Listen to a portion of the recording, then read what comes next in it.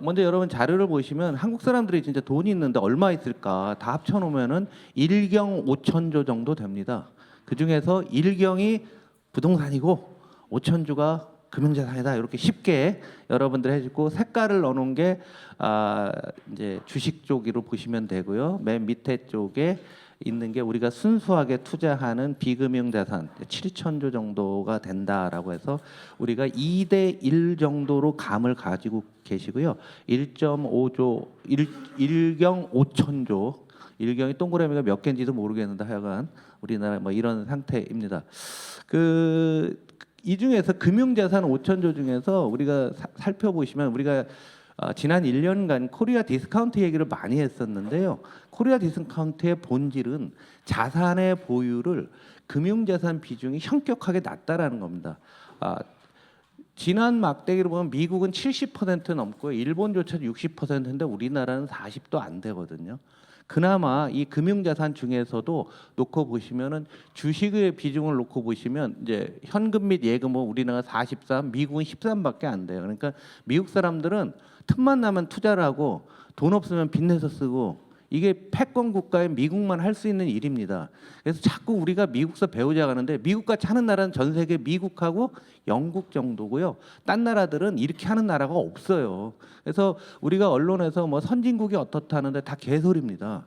그렇게 하는 나라 미국밖에 없고 그건 패권을 갖고 있고 기축통화국이니까 가능해요.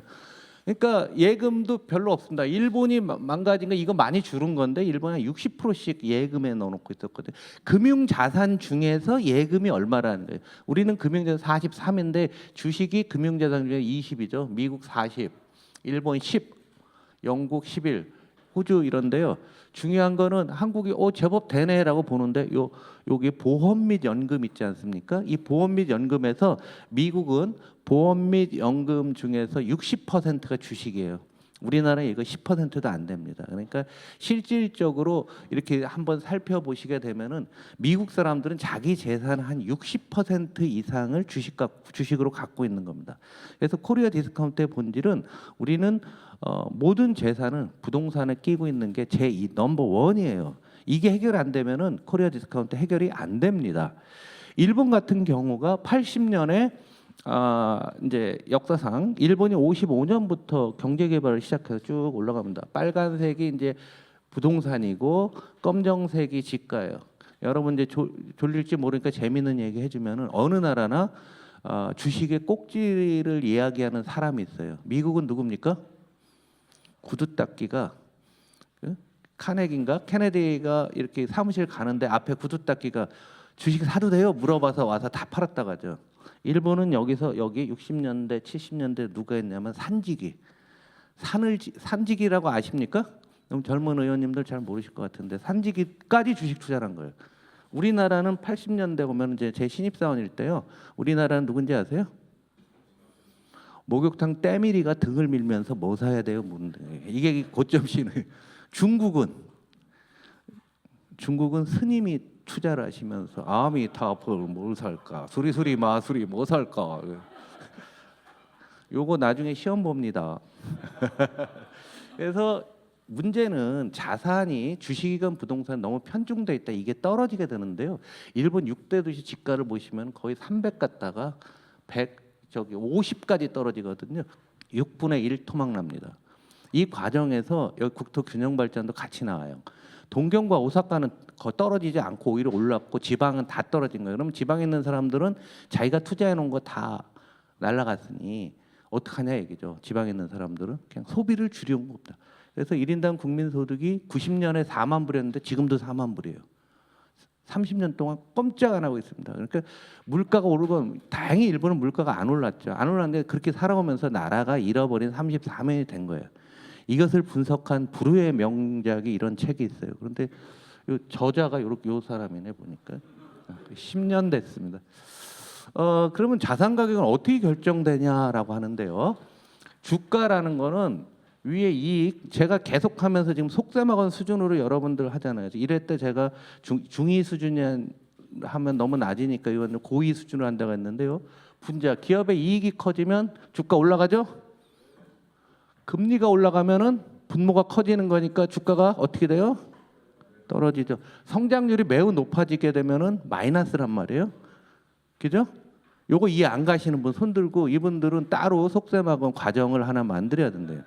근데 문제는 뭐냐면 이게 눈으로 보는 숫자가 아니에요. 이런 거 잘하려고 하면은 경영학자들이 잘하겠는데, 문제는 예상된 이익, 예상된 금리, 예상된 성장률이다 이게요.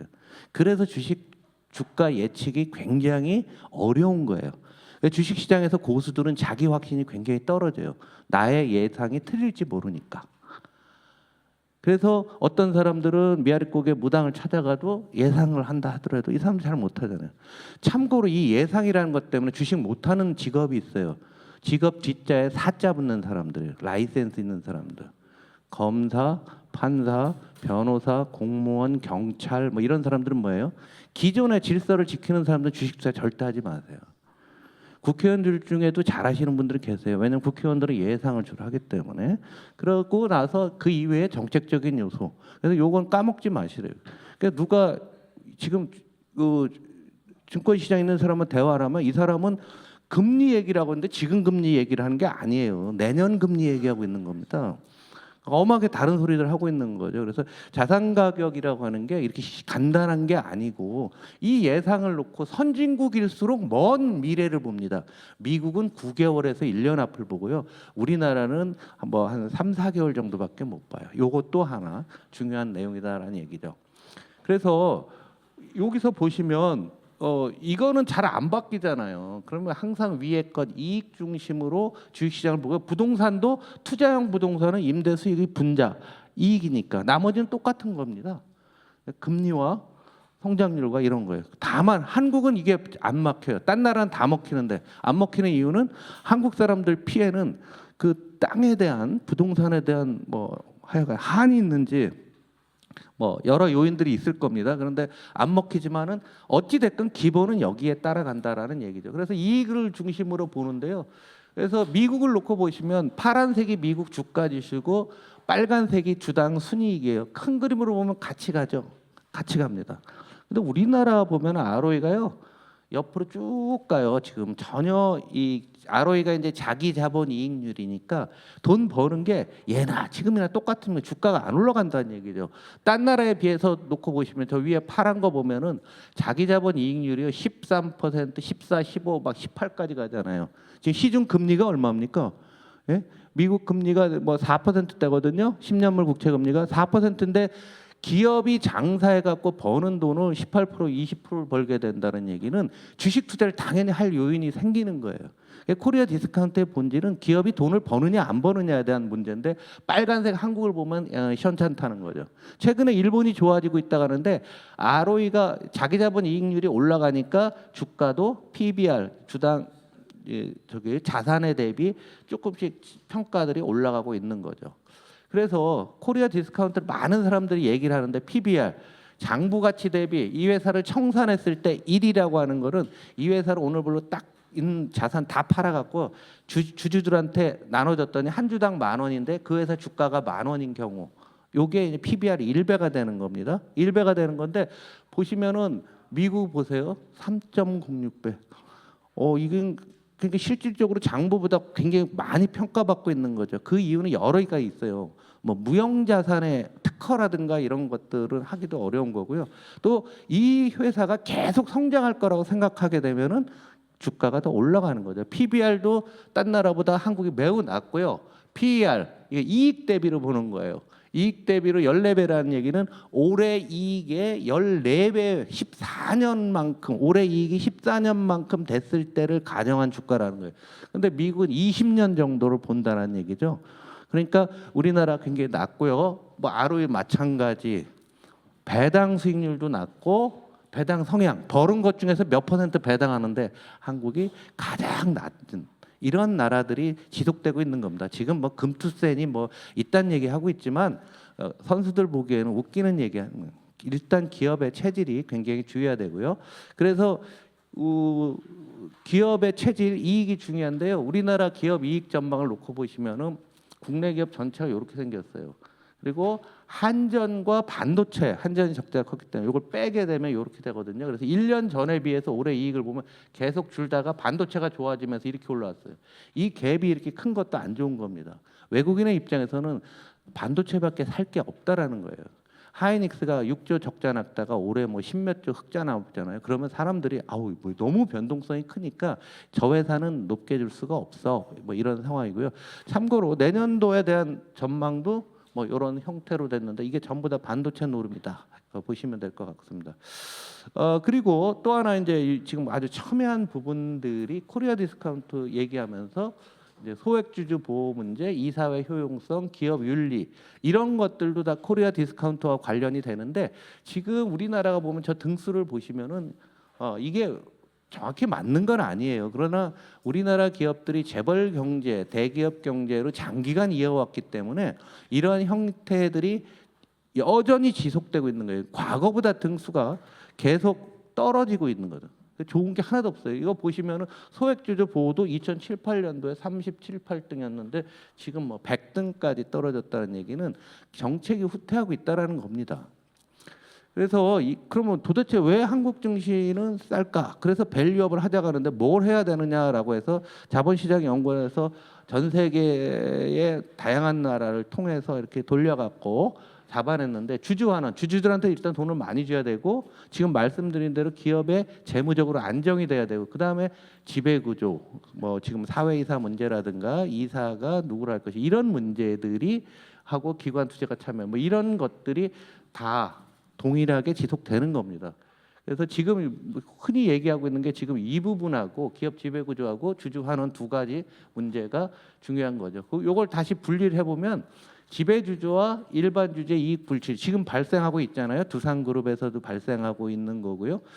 과거에 삼성그룹도 그런 일이 있었고 해서 이 부분에서 상법 개정 문제가 제일 하죠. 그다음에 경영진의 책임 경영인데요.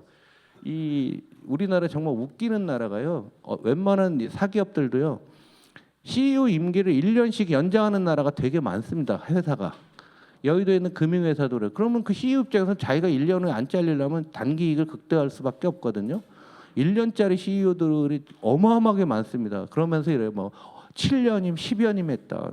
그럼 10년간 단기 계획을 계속하는 게 나아요? 이 사람이 10년 놓고서 장기 계획을 세워서 가는 게 낫습니까? 이런 모든 것들이 코리아 디스카운트, 세제, 장기 투자 기반. 지금 장기 투자에 대해서 아무도 얘기 안 하잖아요. 지금 밸류업 한다고 하면서 말도 안 되는 일들을 하고 있습니다. 저는 이렇게 생각합니다. 이번에 이제 금융투자 소득세 관련해서 그 한도를 올리고 뭐 하고 하는데 이거는 쉽게 결론 내기가 쉽지는 않습니다. 우리나라가 지금 한 30년 논의한 거예요. 금투세 문제는. 왜냐하면 대만이 우리보다 먼저 도입하면서 대만 사회적인 문제가 됐고 딴 나라는 다 하고 있습니다. 그래서 저는 이 배당 소득세 분리과세하는 게 지금 2천만 원까지 되는데 이거를 좀 올려야 될 것 같다라는 좀 생각이 들고요. 저는 금투세를 도입을 하되 요 부분을 좀 완화해줘서 장기 투자가를 보호하는 게 없고요. 그 다음에 딴 나라들 보면은 장기 투자자한테 많은 혜택들을 주고 있거든요. 혜택을 줘야지만 시장이 안정적이에요. 그래서 우리 민주당이 이번에 밸류업 프로그램에서 장기 투자를 확대하는 정도로 그래서 금투세 한도를 대표님이 좀 올리자고 했잖아요. 좀 올리면서 시행은 하고 여기서 배당과 장기 투자 혜택을 주는 대로 대충 제가 보기에는 이런 식으로 결론 나는 게 좋지 않을까라고 하는 게 제 개인적인 생각입니다. 일본이 잘했다고 하는데 이것도 기재부가 만드는 코리아 디스카운트입니다. 일본은 아베가 내가 하면서부터 별의별 것을 다 했어요. 마지막에는 뭘 했냐면 워런 버핏이라고 있죠. 워런 버핏하고 행동주의 펀드한테 일본 주식을 인수하게 했습니다. 그 얘기는 뭐냐면은 스스로 굴복을 한 거예요. 일본 정부가 우리나라 KCGI라고 해서 뭐 행동주의 펀드가 와서 기업 경영권을 공격한다는데 일본은 정부가 나서서 야 공격해라. 그래서 주가가 좀 올라야 되겠다라고 해서 이렇게 올라간 겁니다.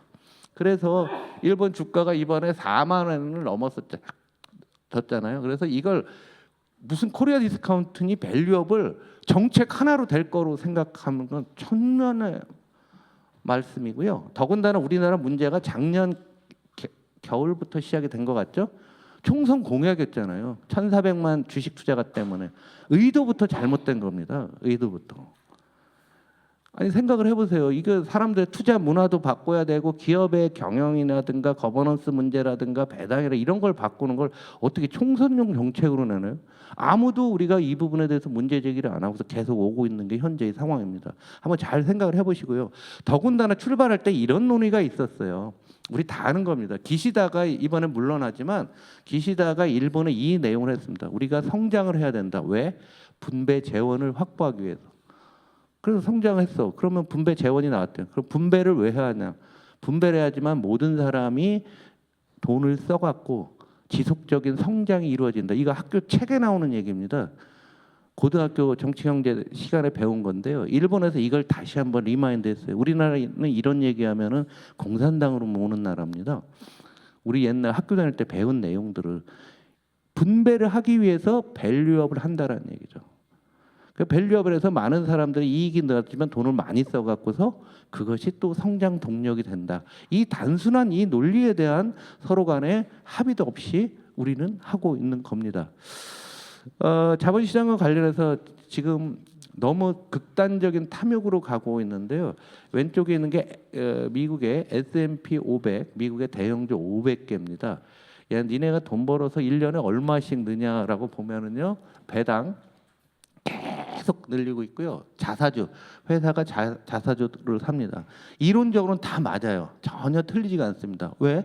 시중금리 3, 4%인데 우리 회사가 18% 벌으면은 은행에 예금하는 것보다 그 돈으로 우리 회사 주식 사는 게 낫죠. 그러면 주가는 올라가고 너무 좋은 거죠. 그래서 우리나라도 이 부분에 있어서는 굉장히 배워야 될 점이 상당히 많아요. 그래서 벌은 돈을 싹싹 씁니다. 근데 우리나라 오른쪽에 보시면 우리나라 기업들이 돈이 매우 많거든요. 근데 잘못된 의도가 있습니다.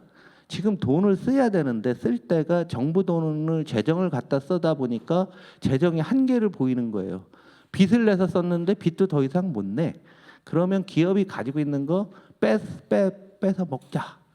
그래서 이런 것들이 나옵니다. 맥도날드 햄버거인데요. 이 회사는 자기 자본이 마이너스예요. 자본 잠식 상태입니다. 홈디포라고 해서 이제 집에서 쓰는 다양한 건재대나 뭐 이런 거 하는 이것도 적자예요. 잘 보세요. 이게 재무제표로 말이 되냐?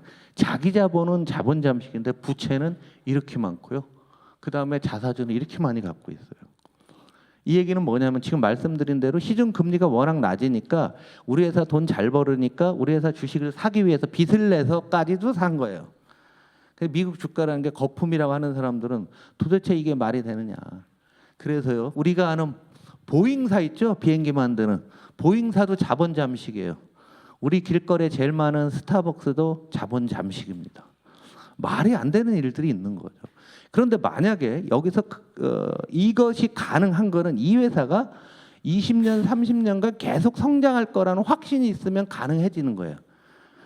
그런데 이 성장에 대한 확신이 없고 또 금융시장이 출렁해서 금리가 확 올라가면은 회사가 돈 버는 것은 금리가 올라가면 떨어질 거 아니에요. 그 돈은 적게 버는데 빚이 많으니까 이자보다 확 올라가면 한 방에 부도날 수도 있다라는 얘기입니다. 이런 일들이 발생을 하고 있는데 지금 우리나라에서 무슨 행동주의 하는 애들이라든가 일부 투자가들은 이것을 원하고 있는 거예요. 이게 미국식 자본주의. 이렇게 하는 나라 미국밖에 없어요. 영국 몇 개 있고요. 미국은 자본 잠식되는 회사들이 한 3, 40개 됩니다. 우리나라 같은 경우는 상장 폐지 사유가 되는데 미국은 이러고 있다는 거죠. 대단히 중요한 이런 탐욕이 있고요. 그래서 주식에 대해서 우리 정책은 빨리 저는 마무리하는 게 좋다라고 생각하고요. 부동산은 뒤에 이광수 소장이 좀 말씀을 많이 드릴 때 제가 매크로한 걸 놓고 보시면은 노란색으로 나와 있는 게 이제 부동산 시장을 움직이는 가격 변수가 뭘까 전부 다 해놓은 거예요. 그래서 관습과 사회적 인식, 투자의 대상 뭐 이런 것들은 한국만의 어떤 특수성이죠.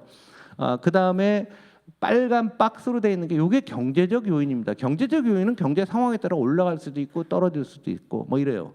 근데 앞으로 주택 보급률이 이런 통계는 여러분 쓰지 마세요. 저는 세대당 주택 수를 따집니다. 그러니까 세대가 1인 세대가 너무 많아지고 있고 1인 세대, 2인 세대가 많기 때문에 우리나라가 이 세대당 주택 수를 따지게 되면 딴 나라에 비하면 엄청나게 적고 특히 수도권 중에서 서울이 세대당 집 수가 대충 한 1000명당 집이 한 350, 400 정도밖에 안 된다. 딴 나라도 500을 넘어요. 그러니까 2명 다 하나 걸로 되는데 굉장히 낮은 상태에 있습니다. 그리고 앞으로 의원님들이 그래서 세대당 가구 수를 좀 말씀을 많이 하시면 좋겠고, 맨 밑에 있는 거 있죠. 지금 부동산 문제는 이제 천안 아래쪽과 천안 북쪽과의 차이고요. 더 리얼하게 보면은 하여간 평택 아래와 그 윗전, 여기 그 남쪽은 이미 부동산 다 끝났습니다. 되지도 않아요. 그래서 그쪽은 좀 규제 완화를 많이 좀 해야 될 것 같고요. 또 하나 준비할 게 통일과 외국인들입니다. 외국인이 200만 명 한데 이 사람들의 주거 문제가 어떻게 될까? 이분들이 지금 우리나라 제조업을 담당하고 있지 않습니까? 그래서 통영 같은 데 가보면은 우리나라 남성들의 도시였는데 지금 외국인들이 한 70% 정도를 차지하고 있어요. 이 사람들의 주거 환경도 우리가 조금 신경 써주는 것도 그 지역에 지역구가 계신 분들을 포함해서 우리 전체적으로 하는데, 빨간색은 좀 올라가는 요인이고 파란색은 좀 떨어져 가는 요인입니다. 또 하나 중요한 게 부동산 거래 시장의 투명성 문제인데요. 이 문제를 우리나라 같이 IT 선진국에서 풀지를 못하고 있습니다. 직방이니 뭐 이런 것들이 있는데, 이게 왜 안 되냐면은 공인중개사 라이센스를 가진 사람이 45만 명 되거든요. 이게 표입니다. 45만. 동네에서 이게 세잖아요. 이분 중에서 15만 명이 개업을 하고 있거든요. 굉장히 난처해요. 똑같은 게 뭐냐면 보험사예요. 보험사 GA라고 해서 보험사에서 보험 영업하시는 분들이 우리나라 또 40만이 넘습니다. 그냥 걸어만 놓고 있는 거죠. 이거 충분히 손댈 수가 있지만 어쩔 수 없이 시간을 두고서 가는 거라고 저는 보고 있습니다. 부동산과 관련해서 이 통계를 좀 잘 보시면 어느 나라나 자가 보유률이 집이 있는 사람이 60%를 넘으면 부동산 가격이 안 올라요. 어느 나라나. 근데 우리나라는 오릅니다. 왜 오르냐면 오른쪽 내 집에 내가 사는 비율이 57인데 수도권이 요거밖에 안 되거든요. 우리나라가 전세 제도가 있어서 이런 현상들이 나오는 거죠. 그리고 PIR, 내 평균적인 소득 대비 평균적인 집이 얼마냐라고 봤을 때 우리나라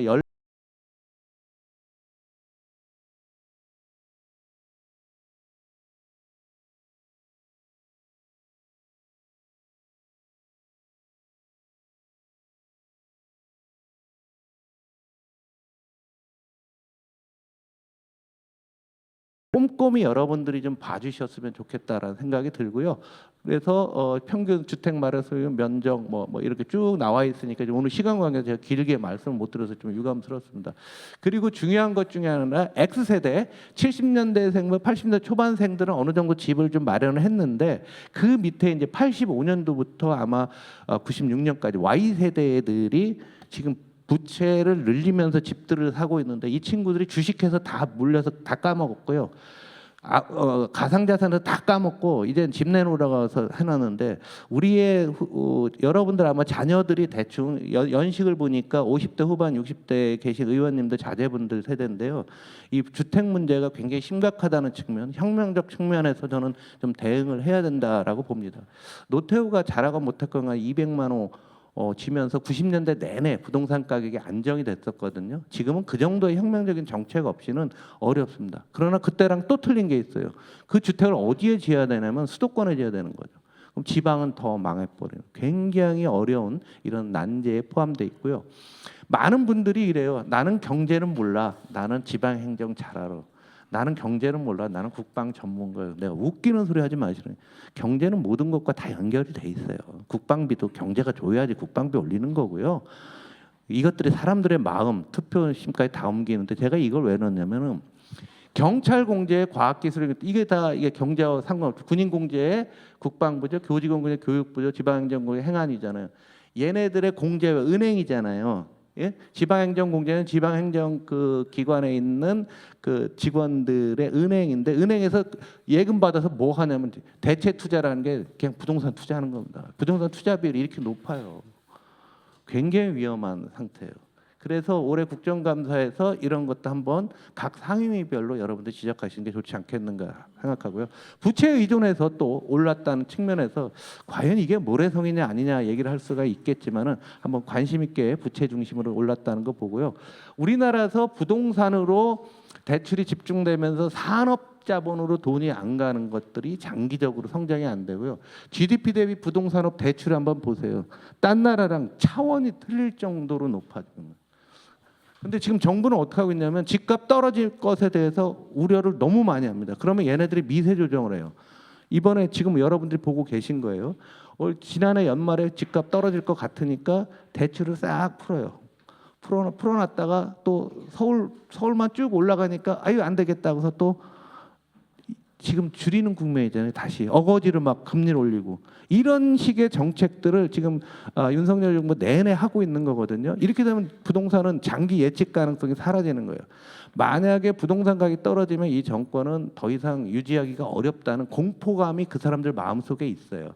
그러니까 정책을 해요. 작은 정책을 풀었다 줬다 풀었다 줬다 풀었다 줬다 하고 있는 겁니다. 그러니까 시약도 안 나오고 쇼크가 안 나오니까 확 안 떨어지고 올라가게 되면 또 조이고 부채 기반이기 때문에 이게 가능하다라는 얘기죠. 그래서 앞으로 부동산이 혹시라도 무너지면 요 트렌드로 무너질 겁니다. 요거 하나 설명을 1시간 걸리니까 여러분들 가만히 앉아서 곰곰이 생각해 보시면 지방 상가 같은 경우는 여기 와 있고요. 수도권 집들은 뭐 여기 있고 강남은 뭐 별 영향이 없고 뭐 이런 형태로 아마 지나갈 것 같은데 오늘 9시에 끝내야 되기 때문에 그렇고요. 특히 지금부터는 공급에 대한 것들이 굉장히 중요한데 10년 평균 대비 인허가, 착공, 분양, 준공이 다 낮습니다. 이렇게 되면 2, 3년 후에 아마 큰 문제가 발생할 수밖에 없고요. 마지막으로 일본의 빈집이 굉장히 많은데 일본의 지방자치단체 우리로 따지면 구청이 주로 하는 일이 일본의 그 빈집을 헐어 갖고 거기다 텃밭 만드는 게 구청장의 주 업무예요.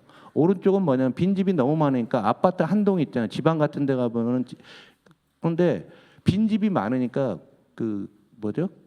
관리 비용 있잖아요. 비용 내는 사람이 없어요. 그래서 관리소가 아파트 관리사무소가 없어요. 없으니까 관리가 안 되니까 더 안 사는 이런 악순환 구조까지 빠지고 있는데 우리 지방은 분명히 이런 데로 가지 않을까라는 생각입니다. 오늘 시간 때문에 이렇게 말씀을 드렸는데 여러분들이 한 번쯤은 좀 생각 좀 해줬으면 좋겠고 오늘 경영 팁은 이거 하나만 들어주죠. 그거 키워봐. 여러분들 아마 그 초선 의원님 중심으로 하는데 뭐 재산 신고하고 이제 뭐 발표가 나고 뭐 하는데요. 의원이라는 게 그거 같아요. 저는 이걸 대기업 CEO들한테 얘기하는데 어항 속의 금붕어다. 네가 하는 거 다 보고 있다라며. 이거 까먹지 말아야 돼. 옆에 한병철 교수님이 17년에 썼나 그런 투명사회라고 했는데 세상이 재미가 없어졌어요. 너무 투명하기 때문에. 그런데 국회의원들은 하여간 내가 하는 일은 나는 어항 속 금붕어다라고 생각하시면 좋지 않겠는가 뭐 이런 얘기를 했습니다. 이어서 이광수 소장이 좀 더 부동산 중심으로 여러분들한테 도움이 되는 내용 말씀드리겠습니다. 감사합니다.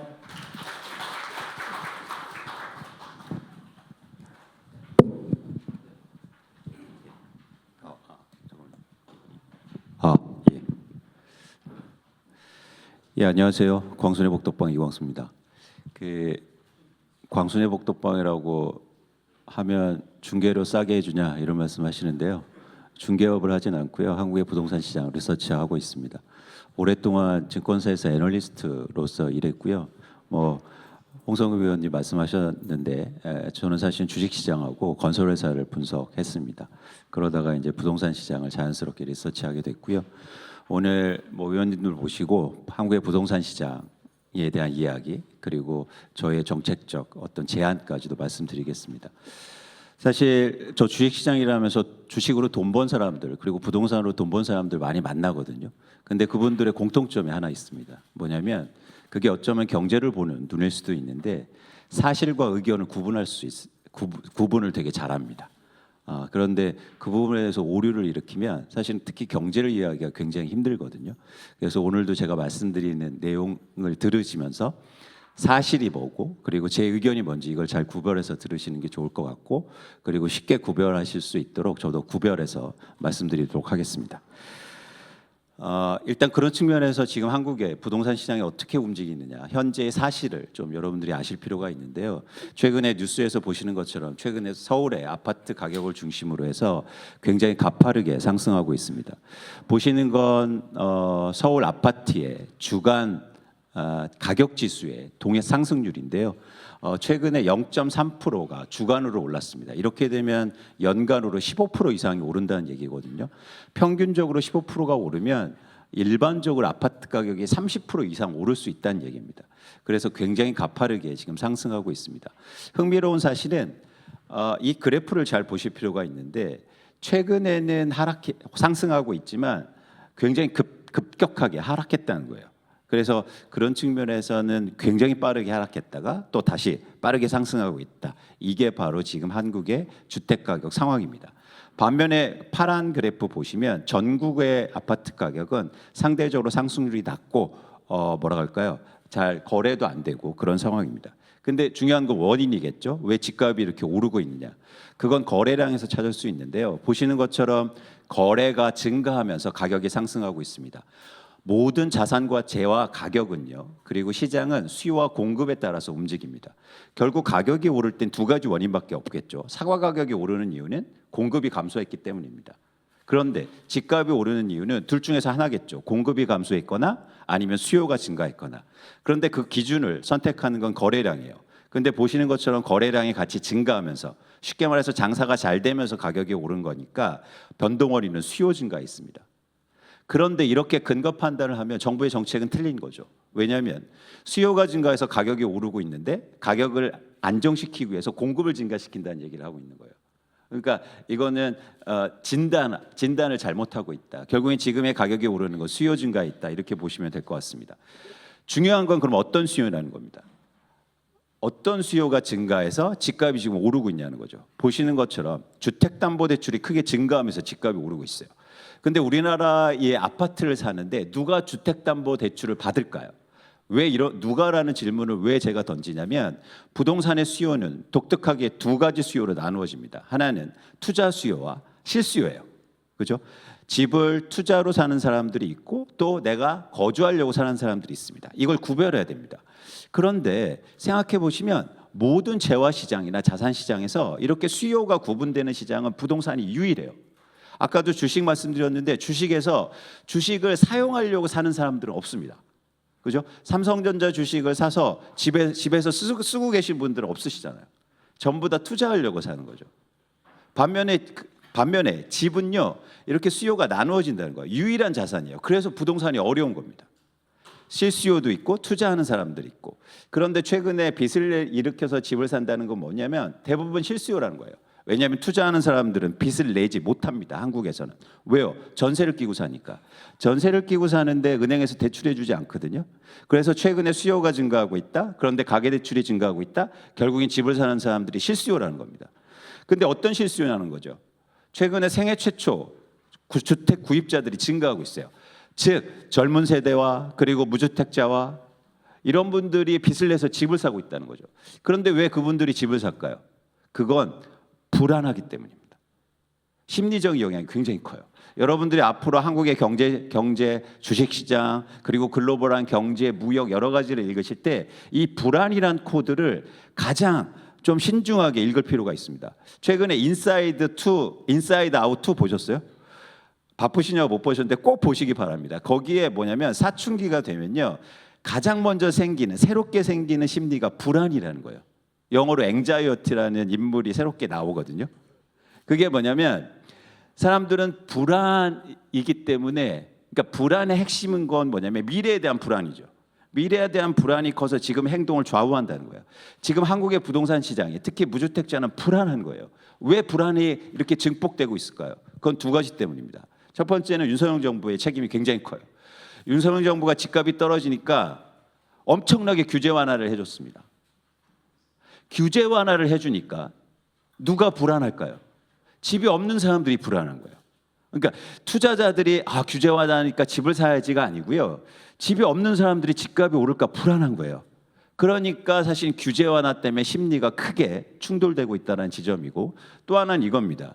금리 인하에 대한 일종의 기대감, 불안감이 커지고 있다는 거죠. 금리가 인하되면 또 집값 오르는 거 아니야? 최근에 주택담보대출이 특히 올해 상반기 이전에 주택담보대출이 이렇게 크게 떨어지지 않습니까? 그러니까 무주택자들이 또 불안한 거예요. 금리 인하되니까 집값 엄청나게 폭등하면 어떻게 되지? 그런 빚이라도 일으켜서 집을 빨리 사자. 이런 상황이 지금 시장에서 연출되고 있고, 그게 여러분이 보시는 서울의 아파트 가격의 상승의 주요 원인입니다. 그러면 정책은 이런 분석을 기반으로 해서 만들어줘야 되죠. 무주택자들한테 어떻게 심리적으로 안정되게 만들어줄 수 있냐, 이런 부분에 포커스가 맞춰져야 되는데, 예를 들어서 그린벨트 풀어준다고 하면 무주택자들이 아 그래 나 지금 집 사지 말아야지 이런 기분이 들까요? 절대 그렇지 않습니다. 그렇죠? 그래서 저는 정책이라든지 경제를, 특히 경제를 분석할 때는 정확하게 원인 판단을 해야 된다는 거죠. 그러면 흥미롭게도요, 사실은 자산 시장에 아주 독특한 현상이 있어요. 뭐냐면 이런 변화들이 과거에 똑같이 있었다는 거예요. 이유가 있습니다. 왜냐하면 사람은 바뀌지 않기 때문이에요. 10년 전이나 20년 전이나 30년 전이나 사람들은 다 돈 벌고 싶어하고 내 집 마련하고 싶어합니다.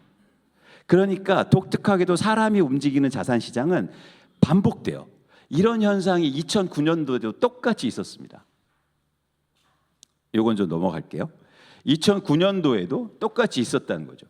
잘 보실까요? 2009년도에 어떤 일이 있었나? 2009년도에 갑자기 가계대출이, 그러니까 서울의 아파트 매매 거래량이 크게 증가하기 시작합니다. 근데 2009년도는 어떤 해냐면요, 2008년도에 서브프라임이 발생했고 전 세계가 공황에 빠졌다고요. 그런데 대한민국에서는요, 서울의 아파트를 이렇게 많이 삽니다.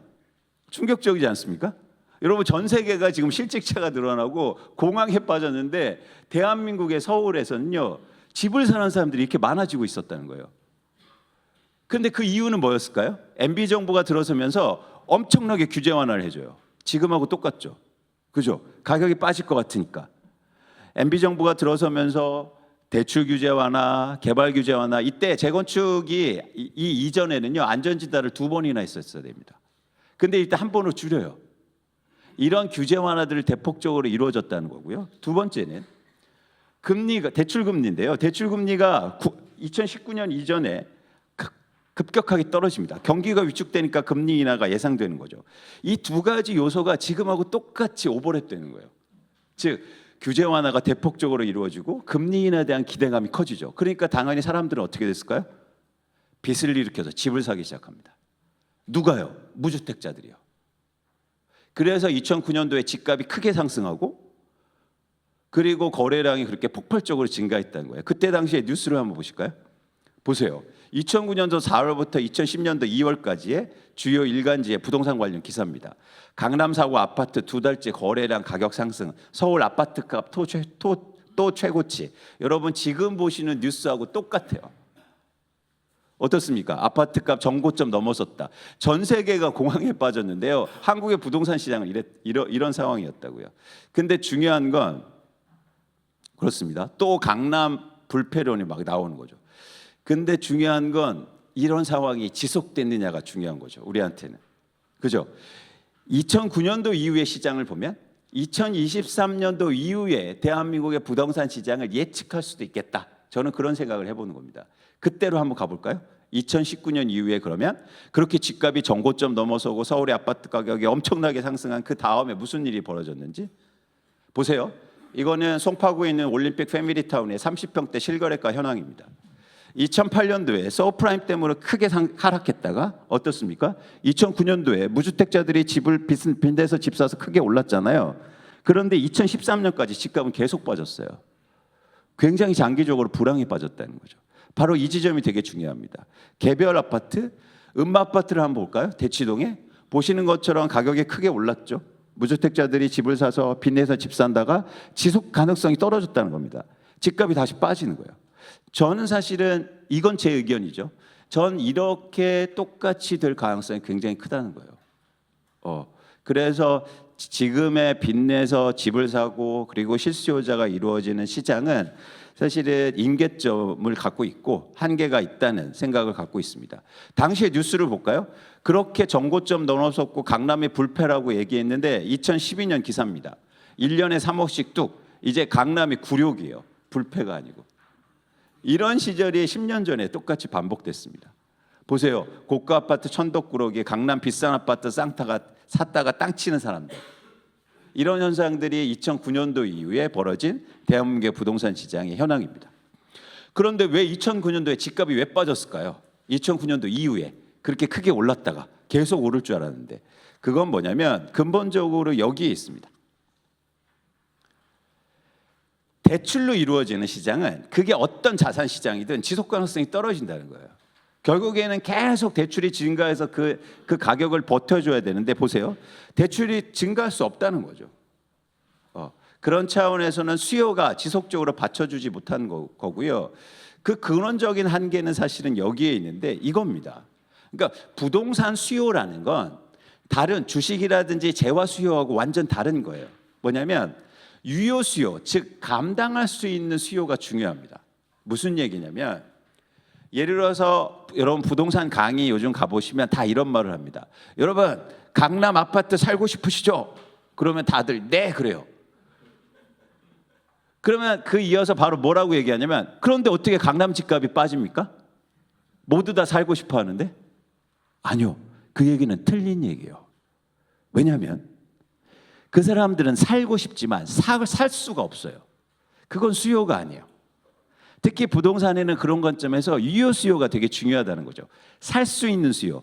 근데 지금 서울의 아파트 가격에 평균 가격으로 중간 소득의 가구가 살 수 있는 아파트의 양이 100채 중에서 6채밖에 되지 않습니다. 감당낼 수 있는 구조가 아니에요. 근본적으로. 즉 빚을 계속 주지 않는 한 지금 소득과 자산으로 이 가격을 버텨내지 못한다고요. 그렇기 때문에 일시적으로 가격은 올라도 사실 구조적으로 한계점을 노출하고 있다라는 겁니다. 그런데 반면에 이 지점이 되게 중요한데요. 반면에 제가 부동산 수요는 두 가지라고 말씀드렸죠. 실수요는 한계가 있지만 투자하는 사람들이 살 수 있죠. 투자하는 사람들이 전세를 끼고 살고 이러고 있는데, 현재 일단 상황을 보면 투자하는 사람들이 별로 투자할 마음이 없습니다. 쉽게 말해서 집 보니까 한국의 부동산 가격 이 가격에 사서 돈 벌 수 없을 것 같은데, 그래서 투자하는 사람들이 없다는 거예요. 이 지점을 이해할 필요가 있는데, 그래서 만약 집값이 빠지잖아요? 그럼 어떻게 되겠습니까? 다시 투자자들이 들어오겠죠. 예. 그래서 한국의 부동산 시장은 이 독특한 측면이 좀 있다는 거. 그래서 변동성을 되게 키울 수 있다는 겁니다. 그런 말씀을 드렸고요. 이번에는 이제는 같이 이제 현황을 말씀드렸고, 그래서 제가 이제 전망까지도 과거의 예를 통해서 말씀드렸습니다. 이제 관련해서 한국의 부동산 시장의 독특한 구조적 문제에 대해서 저희가 좀 이야기를 나눠볼까 합니다. 일단 첫 번째는 아까 홍성우 의원님 말씀하신 것처럼 우리나라에서는 부동산 자산 구조, 부동산 자산이 굉장히 많은데요. 거기서 굉장히 독특한 측면이 있어요.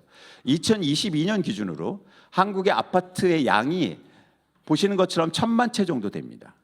그 중에서요 16%가 다주택자가 보유하고 있어요. 엄청나게 많은 양이죠. 그 다음에 여기서 또 아주 흥미로운 지점이 있는데 28%는요 1주택자인데 투자로 집을 보유하고 있습니다. 이게 저는 한국의 부동산 시장의 가장 큰 문제라고 봐요. 즉 내가 1주택자인데 부산에 거주하는데 부산에서는 전세 살고 강남의 아파트를 보유하고 있습니다. 그런데 우리나라의 법 체계와 행정 체계는 1가구 1주택자를 선으로 봐요. 그게 선악으로 구분하자는 거 아니고 그분들을 다 실거주자로 인식하고 있다는 거죠. 아니요, 다 투자자들입니다. 네. 그래서 예를 들어서 우리는 1가구가 1주택만 보유해도 보유만 해도 양도세를 감면해주는, 거주하지 않아도요. 네. 그러니까 사실은 계속 어떤 상황이 벌어지냐면 한 주택을 계속 이사하면서, 그러니까 바꿔가면서 투자하고 있어요. 그게 무려 28%라는 거예요. 엄청난 거죠. 그러니까 이따도 말씀드리겠지만 이 구조를 바꿔야 됩니다. 즉 자기 집에 사는 비율을 높이는 게 가장 핵심이에요. 한 가구가 한 집을 보유하는 게 중요한 게 아니고 그 집에 거주하는 사람들의 혜택을 더 늘리는 거. 예. 이게 어떤 문제가 있냐면 44%가 우리나라 집의 44%가 투자로 갖고 있다고요. 전 세계 부동산 시장은 이런 시장이 없습니다. 자기 집에는 월세로 사는데 뉴욕에 아파트를 보유하고 있는 사람 없다고요. 네. 그런 차원에서는 이런 구조적인 문제를 여러분들이 좀 이해하실 필요가 있고요. 그렇다 보니까 이런 문제, 여러분 재건축 단지에 지역구를 두신 분들은 한번 잘 보세요. 예를 들어서 성남을 한번 볼게요. 성남이 지금 선도지구 선정한다고 재건축을 막 한다고 합니다. 근데 시범 한양 아파트는요 40%가 투자자가 보유하고 있다고요. 이게 재건축이 되겠습니까? 재건축의 목적은 쉽게 말해서 거주 여건을 좋게 만들자는 거예요. 근데 그 집에 살지 않는다고요. 그러니까 다 돈 벌려고 하는 거죠. 40%가. 이게 동의율이 나오냐고요. 돈이 안 된 거면 진행이 안 된다는 거죠. 예.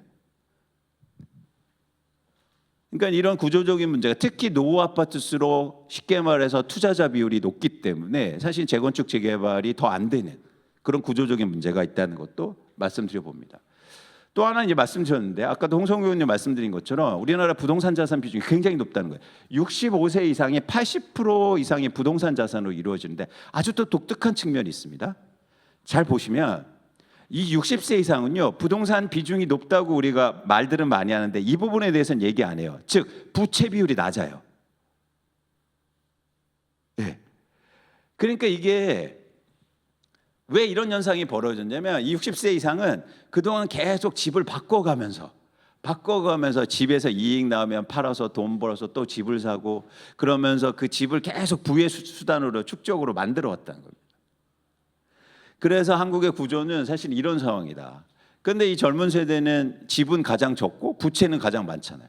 결국엔 자산 구조상으로 나중에 보면 이 집들을 젊은 세대가 사줘야 되는데 사실 구조적인 문제가 생겼어요. 빚이 이미 많은 상태고 빚이 계속 증가하지 않으면 이 집을 받쳐줄 수 없다는 겁니다. 그런데 요즘에요 아주 독특한 현상이 일어나고 있는데 뭐냐면 오랫동안 집을 보유했던 사람들이 드디어요 집을 팔기 시작했어요. 즉 아까 제가 말씀드렸죠. 무주택자가 빚을 내서 집을 사고 있는데 중요한 건 그럼 누가 팔까요? 파는 사람이 있을 거 아닙니까? 그 사람들은 사실은요 장기적으로 집을 보유했고 집값이 2배 이상 오르는 투자자들의 경우가 되게 많아지고 있다는 겁니다. 흥미롭게도. 예. 그래서 이런 자산 불평등이 더 가속화될 수 있다. 부동산 시장을 이렇게 방치하면 이런 구조적인 문제도 말씀드립니다. 또 하나가 있어요. 한국의 가장 큰 또 문제라고 좀 보고 있는데 부동산을 통해서 너무 많은 불로소득이 만들어지고 있다는 겁니다. 양도소득 그리고 예를 들어서 부동산 개발 이익들 수많은 이익들이 사실은 이 부동산을 통해서 창출되고 있다. 보시면 건설사들이 얼마나 돈을 많이 버진지 아십니까? 이거는요 공사원가를 공개한 건데 서울 도시공사에서 발표한 건데 분양 수익률이 33%예요.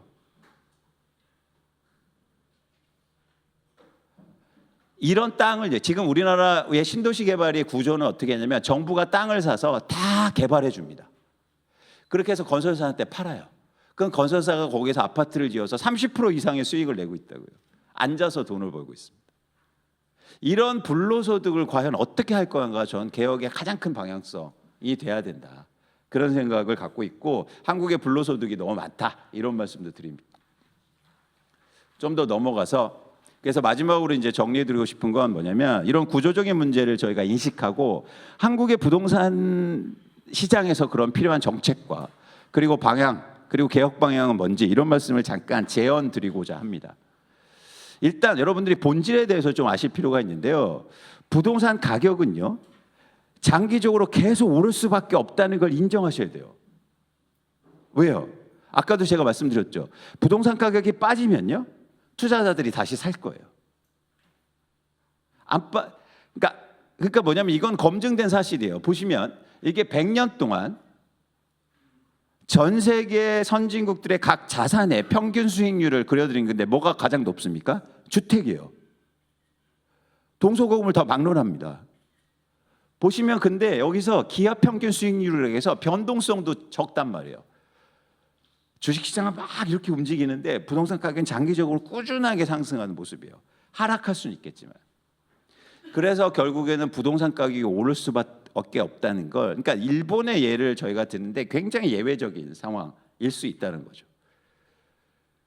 그런 차원에서는 이 부동산 가격의 이익을 과연 어떻게 할 거냐. 그러니까 뭐냐면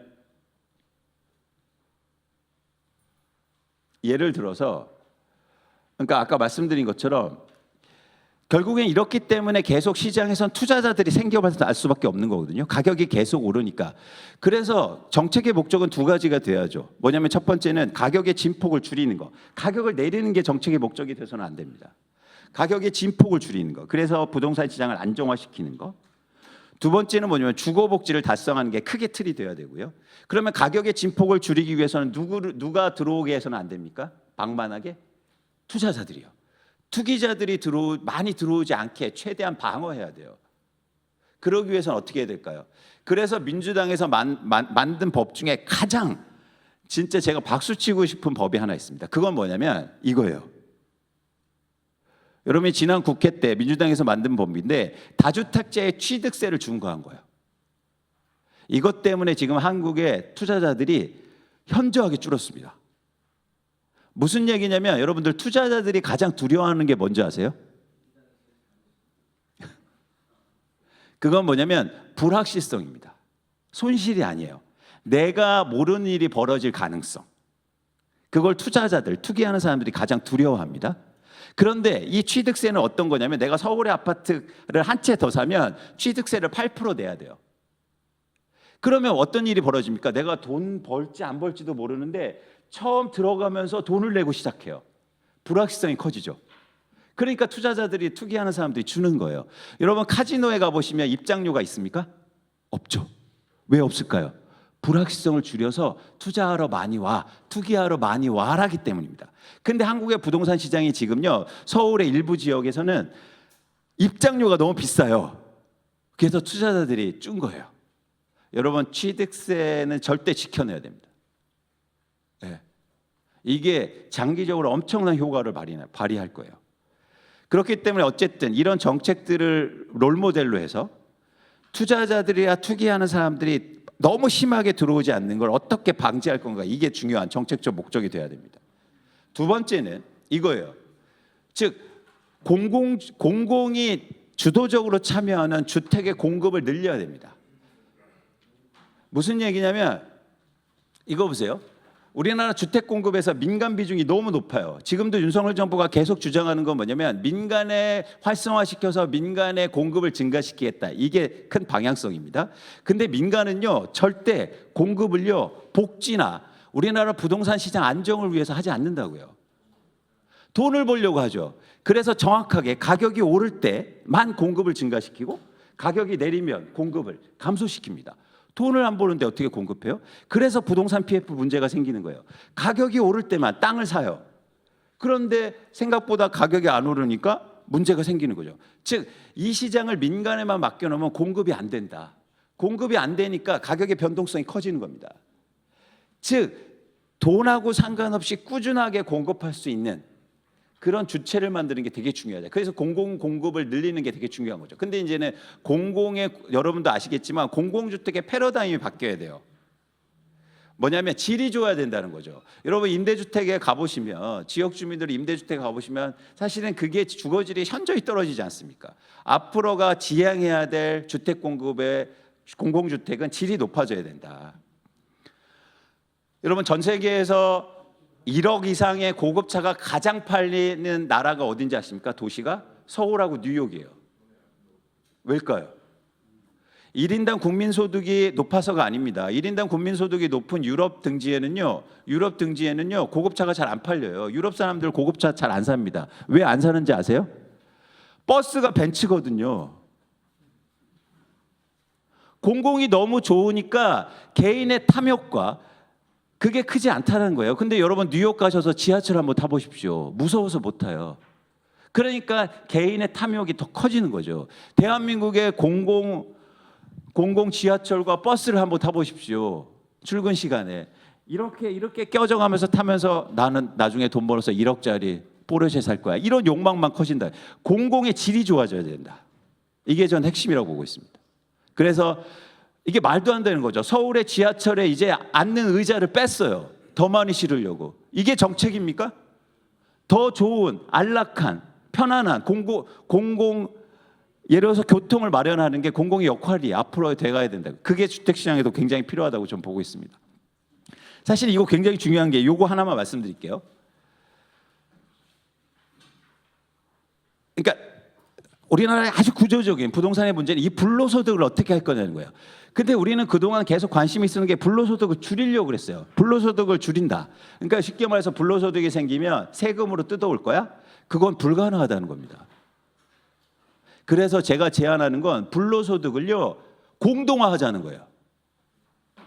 같이 나눠 갖자. 예를 들어서 지금 강남 아파트의 로또 분양 들어보셨죠? 정부가 용적률 올려주고 인허가 좋게 해줘서 분양해주면 분양가 상한제 해줘서 강남의 아파트가 싸게 분양됩니다. 그러면 수백만 명이 들어가서 이열치열 싸우다가 단 한 명만 10억의 돈을 버는 구조예요. 이 말이 됩니까? 이거는 아무런 시장의 역할도 못하는 거예요. 근데 만약에 그 10억을요 1000명의 무주택자들이 나눠 가질 수 있다면 그럼 여유가 생기잖아요. 내가 나의 기간에 맞춰서 그리고 개인의 탐욕들도 줄어들고 그래서 저는 이 불로소득을 공동화할 수 있는 방안이 충분히 있다고 보고 있습니다. 사실 그게 제안하는 방식이 이건데요. 이거는 나중에 기회가 되면 한번 말씀드리겠습니다. 요약적으로는 사실은 이 말씀을 이제 드리고 사실 정리를 해보겠습니다. 마지막으로 하나만 진짜로 마지막으로 하나 드리겠습니다. 예를 들어서 정부의 정책 중에 이번에 굉장히 흥미로운 게 뭐냐면 예를 들어서 LH가 공공주택을 매입해서 시장을 안정화시킨다는 거예요. 근데 지금 우리 LH 직원들이요 1년 동안 지금 매입하는 공공주택이 290호입니다.